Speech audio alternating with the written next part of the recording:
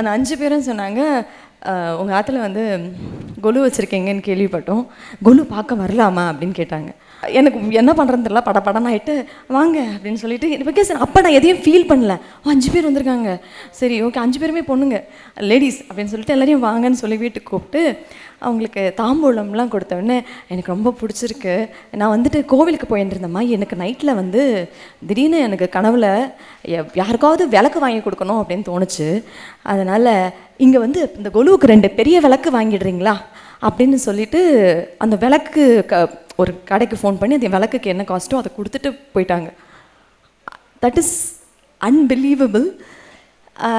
அதாவது விளக்கு வேணுங்கிறது என் மனசுக்குள்ளே இருந்த ஒரு விஷயம்.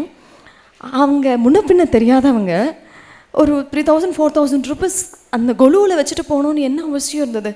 அதுக்கப்புறம் நீங்கள் நம்ப மாட்டீங்க, அந்த 5 பேரையும் நான் பார்த்து ஒரு 10 வருஷம் ஆயிருக்கும், இன்ன வரைக்கும் அந்த 5 பேரை நான் பார்க்கவே இல்லை.